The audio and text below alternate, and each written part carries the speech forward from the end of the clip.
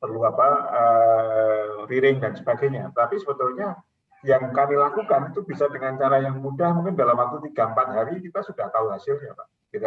Jadi yang biasa kami lakukan dalam kondisi urgensi semacam ini, koleksi saja orang dari lapangan, Pak. Jadi nggak perlu dibiarkan. Gitu. Saya biasanya atau kami biasanya menggunakan yang kita lakukan dalam pestisida, kemudian kita tanam di dalam pot plastik dengan air saja, kemudian orang yang kita kumpulkan dari lapangan kita masukkan di situ. Nah, hanya yang dipilih adalah konsentrasinya, Pak. Jadi saya dengan mudah untuk mengatakan bahwa kalau di konsentrasi anjuran saja masih ada yang hidup, saya cukup yakin bahwa di situ populasinya sudah berkembang menjadi resisten. Oke? Jadi kalau konsentrasi anjuran diujikan dan masih ada yang mampu hidup, itu pasti ada yang individu yang resisten di dalamnya. Nah, maka kemudian dengan demikian itu bisa cepat karena kita ke lapangan, kita bawa bibit padi, kita bawa bekas minuman, kemudian orangnya dicantumkan di situ, mungkin dalam waktu 2 kali 24 jam kita sudah tahu mana yang mati, mana yang tidak, maka itu akan menjadi quick response. Nah, baru kalau kemudian mau diikuti dengan penelitian yang lebih halus, silahkan di laboratorium, kemudian nanti melihat enzim yang berperan apa, genetiknya gimana, monggo, termasuk yang disampaikan oleh Bapak yang tadi dari pemuliaan, ya, untuk sampai pada biotipnya, mekanisme esensinya, dan sebagainya. Tapi quick action ini bisa dilakukan. Nggak perlu kita 1 minggu kita sudah dapat hasilnya. Gitu ya.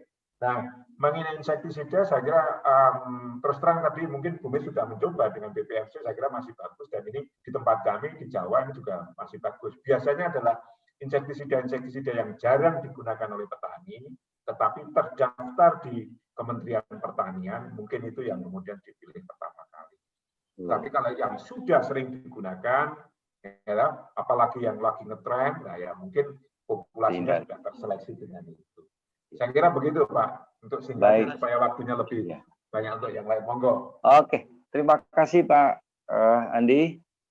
Silakan Bu Miss, tadi ada satu pertanyaan buat Ibu Miss dari Pak Wilius. Ya, terima kasih Pak Don. Halo Pak Wilius. Halo juga. Ya, sehat Bapak. Sehat. Jadi ini Bapak Wilius ngajak berpikir terbalik ya Pak ya. Bagaimana agar yang tanam serentak itu diganti dengan tanaman terus-menerus gitu ya. Itu sama artinya kita menyiapkan makanan terus-menerus untuk wereng Pak. Jadi dia kan kayak kita itu suka yang mudah gitu ya. Kalau seandainya sumber nutrisinya sudah tidak mendukung lagi dia pada satu lahan, terus di sebelahnya tersedia lahan yang masih muda, yang vegetatif, yang masih ini, dia pasti akan berpindah ke situ. Nah itu artinya selain kita menyiapkan makanan bagi wereng untuk berpindah, itu akan berlanjut werengnya Pak. Ya. Jadi dia siap terus, dari sini dia akan pindah ke sana, dari sana dia pindah ke lahan yang lain gitu ya, yang berbeda umurnya gitu. Ya, ya, Nah, ya. gitu. Pak Don, jadi cara berpikir terbaliknya itu seperti ini, Pak Donnya. Ya, silakan. Sedikit. Cara berpikir terbaliknya seperti ini. Persoalan di lapangan itu, kalau kita yang tanam serempak itu biasanya kan populasi hama itu pindah ke tempat lain memang. Tapi yang musuh alaminya, predator dan parasitonya, dia susah berpindah mengikuti perpindahan hama ini, ya kan? Tergantung jenis predatornya, Pak. Ya, sebagian besar itu tidak secepat hama dia mobil. Jadi oleh sebab itu, kalau reservoir bank musuh alami itu selalu tersedia di lapangan, itu dia akan berperan, akan aktif, ya, akan efektif mengendalikan itu. Jadi itu mungkin konsepnya kenapa bank musuh alami itu perlu kita adakan di lapangan, sehingga dia gampang pindah, ya kan? Pindah dari satu habitat ke habitat yang lain. Jadi artinya kalau hamanya pindah, ya biarin aja hamanya pindah, karena musuh alaminya kan tetap aja dia dalam populasi tinggi terus-menerus dia tidak akan pernah populasi musuh alaminya rendah atau bahkan nol. Nah, jadi kalau populasi musuh alaminya tinggi, berapapun populasi hamanya akan tetap ditekan, ya kan? Nggak apa-apa, memang dia harus seperti itu. harus ada populasi musuh alami yang tetap ada untuk menekan populasi hama. Itu berpikir terbaliknya seperti itu. Jadi mungkin untuk satu musim tanam pertama dan kedua ya susah, tapi selanjutnya dia akan stabil dia. Jadi saya kira seperti itu. Makasih Bu. Oke, ini mungkin perlu dilakukan penelitian. Ya, diuji dulu. Ya, saya uji bisa ya. menambahkan sedikit, mungkin mohon izin. Oh iya, Mohon izin, silakan. ya. Silakan Bu. Terkait ini ya, mungkin yang harus dicatat juga adalah hama di lapangan itu tidak hanya orang coklat, tapi juga ada tikus sawah dan penggerek, yang tentu saja tikus sawah dia kita lihat ya, mungkin petani-petani juga sudah terbiasa dengan dengan tikus sawah, walaupun tikus sawah ini serangannya cukup tinggi gitu kan, dia nomor 1 atau nomor 2 OPT hama padi di Indonesia gitu, hama padi di Indonesia. Nah, sedangkan tikus sawah ini kan tidak tergantung oleh musuh alami gitu kan.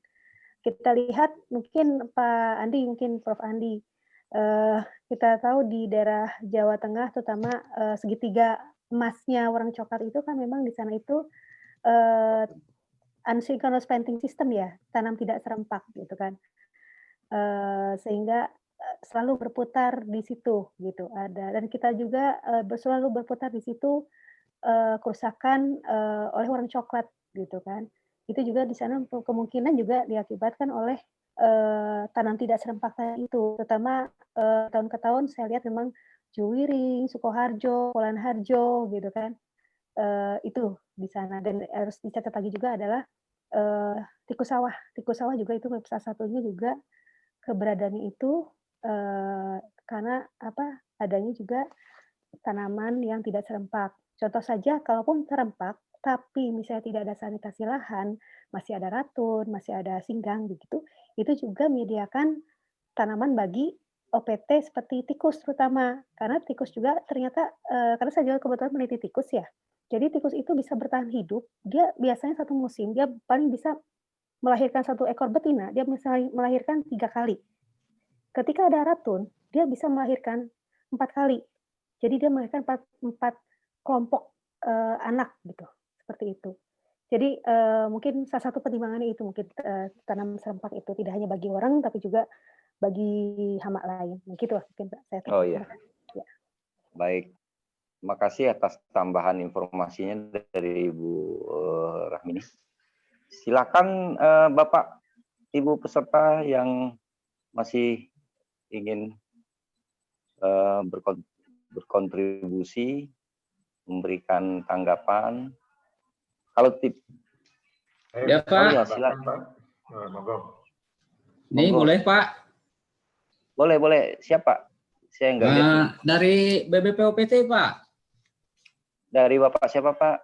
Suarman Pak. Silakan Pak. Sukamandi ya Pak ya, tetangga Sukamandi BBPOPT. Oh iya, dekat Bu. Ya. Oh ya, silakan Pak Warman. Oke, mohon maaf Pak, tadi mungkin Ibu tidak ikut jadi narasumber ya Pak ya. Oh iya, Ibu Eni ya. Oh iya, silakan. Kebetulan beliau sekarang sedang ke Solo Pak. Oh iya. Ya. Silakan Pak Warman. Di sini kami ingin menyampaikan ini Pak terkait hasil angka ramalan Pak. Oh iya boleh. Ya, angka ramalan secara nasional untuk warung batang coklat itu untuk musim tanam 2020-2021 kita perkirakan itu 48.105 hektar Pak. Yang tersebar 48.105 hektar. Yang tersebar di seluruh Nusantara. Nah, yang tertinggi itu peluangnya akan terjadi di Jawa Tengah. Nah, sementara Sumatera Barat itu peluangnya urutan ke-8, Pak. Wah, tinggi itu, Pak. Ya? Tinggi. Ke-8 tertinggi.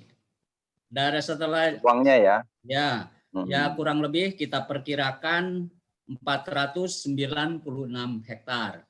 Kalau tadi kata Pak Insinyur Joni, kira-kira berapa sih ramalannya kan seperti itu. Oh iya. Lalu akan terjadi di mana kan seperti itu. Nah, setelah kita breakdown dari angka ramalan tersebut, dari 496 tersebut, peluang akan terjadinya itu adalah di pesisir selatan, tertinggi Pak, perkiraan 268 hektar. Selanjutnya di Kota Padang sendiri. Ini Kota Padang perkiraan kami kurang lebih MT 2020-2021 ini ya sekitar 100 hektar. 100 hektar. Ya, menyusul Payakumbuh, selanjutnya Pasaman Barat, selanjutnya Sejunjung dan Padang Pariaman. Mungkin itu Pak. Oke. Lalu saran kami artinya terkait tindak lanjut, semua tadi dari narasumber sebenarnya kami sangat setuju juga dari menyebutkan di sini perlu adanya pergantian paritas selain 42. Ya memang berarti Sumatera Barat itu ya harus merubah rasa Pak. Ya betul, merubah rasa. Artinya karena saat ini kan PUTW semuanya pulen semua ya Pak. Nah, seperti itu. Harus berani merubah rasa dari yang tadinya padi perak ke yang pulen seperti itu. Yang tadi disebutkan oleh BB Padi, contohnya itu adalah Inpari 33, lalu 42 kan seperti itu. Selanjutnya perlu ada pengamatan rutin. Memang seharusnya Pak, supaya kita tidak terjadi outbreak ya harus pengamatan rutin.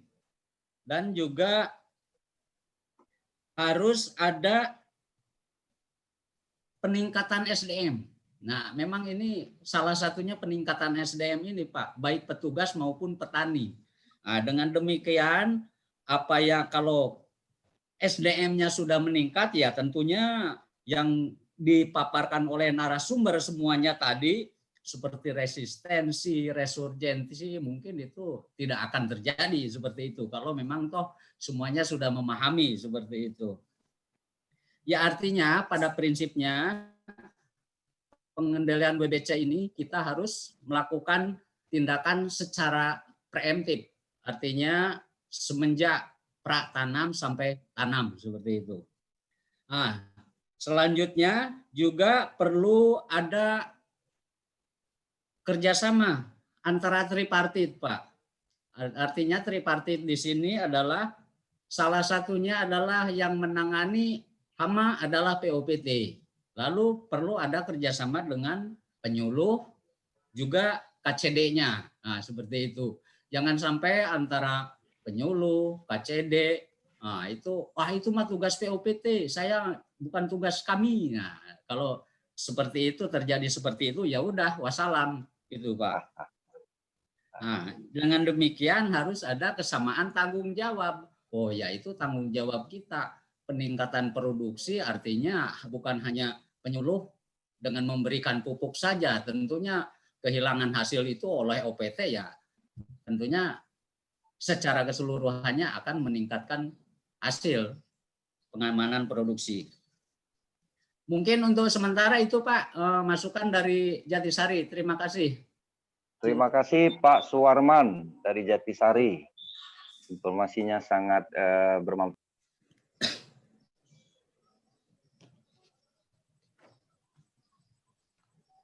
Pak Don, speakernya mati Pak.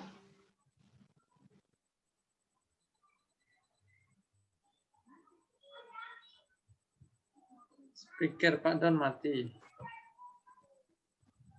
Nah. Silakan. Masih ada Bapak dan Ibu? Kalau iya Bapak, ya yang angkat tangan ini Bapak.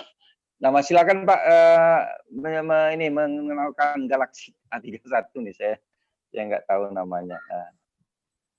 Pak, silakan Pak. Nah, mic-nya Bapak belum apanya masih unmute. Buka Pak. Ya silakan. Assalamualaikum warahmatullahi wabarakatuh. Waalaikumsalam warahmatullahi wabarakatuh. Terima kasih para narasumber. Saya adalah salah seorang dari KCD di Kabupaten Lampung Utara.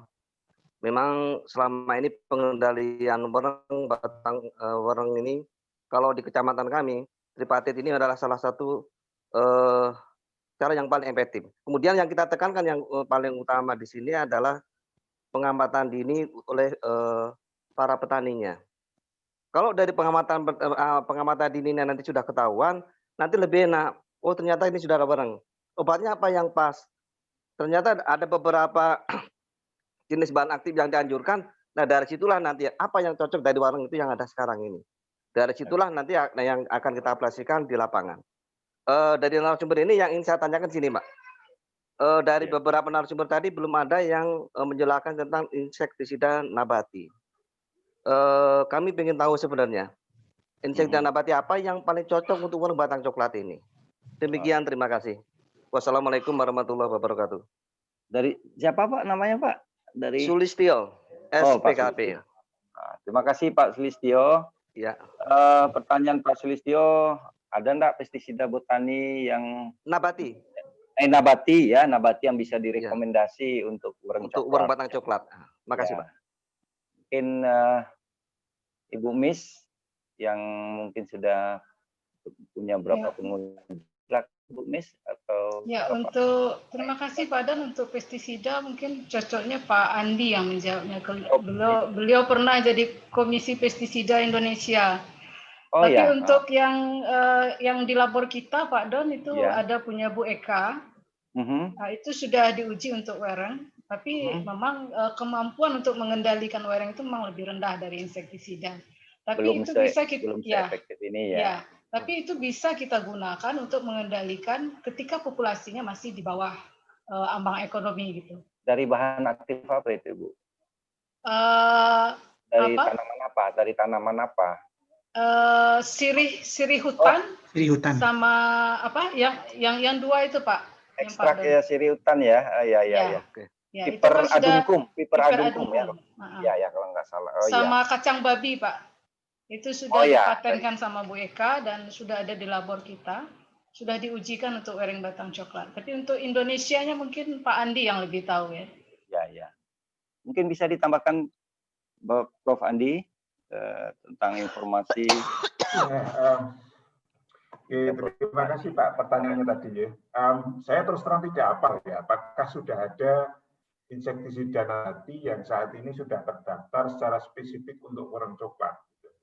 Jadi karena biasanya kalau itu insektisida nabati yang berdasarkan dari ekstraksi secara kasar, maka kandungan bahan aktifnya itu macam-macam, Pak.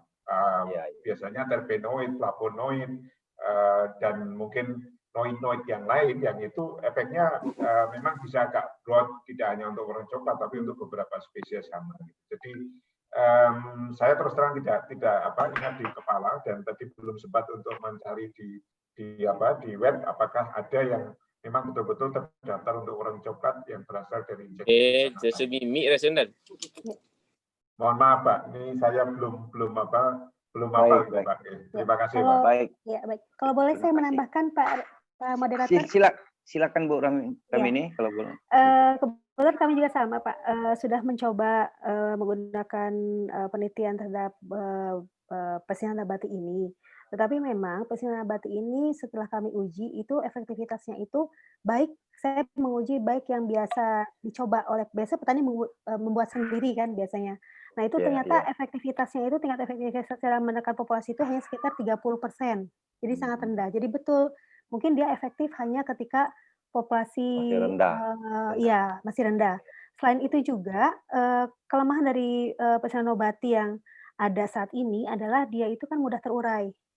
Mudah terurai di lapangan. Makanya kalaupun kita mau menggunakan atau memproduksi atau menciptakan pestisida nabati, kemungkinan itu harus dalam bentuk nano misalnya di slow release seperti itu. Jadi kalau misalnya pestisida yang biasa itu memang kelemahannya selain dia memang efikasinya rendah, juga dia mudah terurai di lapangan. Jadi kalaupun penggunaan memang kami sarankan itu untuk populasi yang rendah seperti itu. Mungkin itu tambahannya. Baik Pak Sulistyo, itu mungkin beberapa informasi yang bisa kita dapat dari Bapak narasumber tadi, Bu narasumber. Terima kasih Pak referensinya Pak. Oke, saya kira kalau tidak ada lagi, waktunya sudah memang udah lebih 10 menit. Tentu kita ingin atau berharap dari diskusi atau sharing-sharing yang kita hadirkan pada siang ini, dari jam 1:30 tadi, sudah bisa kita dapatkan semacam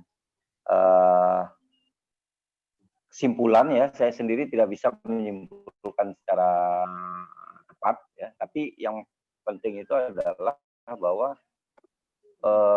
pengelolaan Warung Batang Coklat ini perlu secara kolaboratif ya, jadi melibatkan berbagai pihak ya. Kemudian komitmen perlu dilakukan ya, tentu yang paling penting lagi ada unsur PHT. Jadi kembali semuanya ingin kepada sejarah PHT yang dulu pernah sukses ya, tahun ketika Pak Subogo Untung itu ya, saya masih ingat terlibat itu juga di. Nah, tentu ini perlu PHT padi ini terkenal sukses ya, tapi setelah tahun 2000 berapa ya, 2007 2008 itu lihat kemundurannya 10 tahun terakhir, sehingga inilah mungkin menyebabkan ekosistem sawah itu menjadi kembali rusak ya, terganggu ya, sehingga outbreaks populasi warung coklat itu ya sudah bisa diramalkan sekarang ya. Tadi ada ketika musimnya, sekarang sudah ada 3 tahunan kata Bu Rahmi. Tapi ini yang penting adalah monitoring.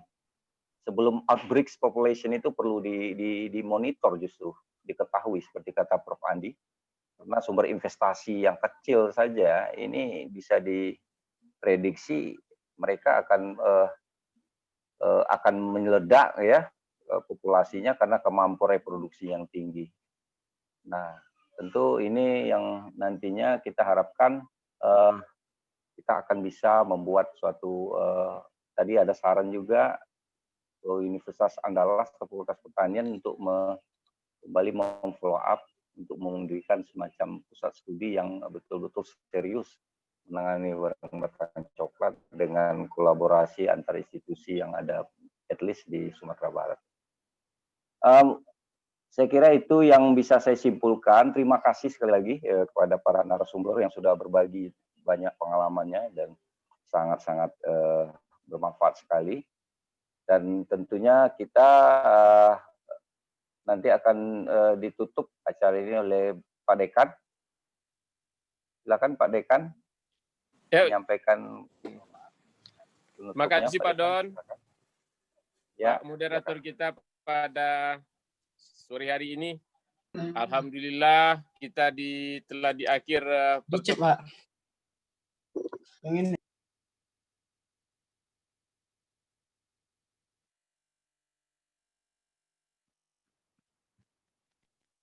Pada Mas Andalas mengucapkan banyak terima kasih kepada Bapak Ibu narasumber kita pada sore hari ini, Pak Profesor Andi, Bapak Ibu Dr.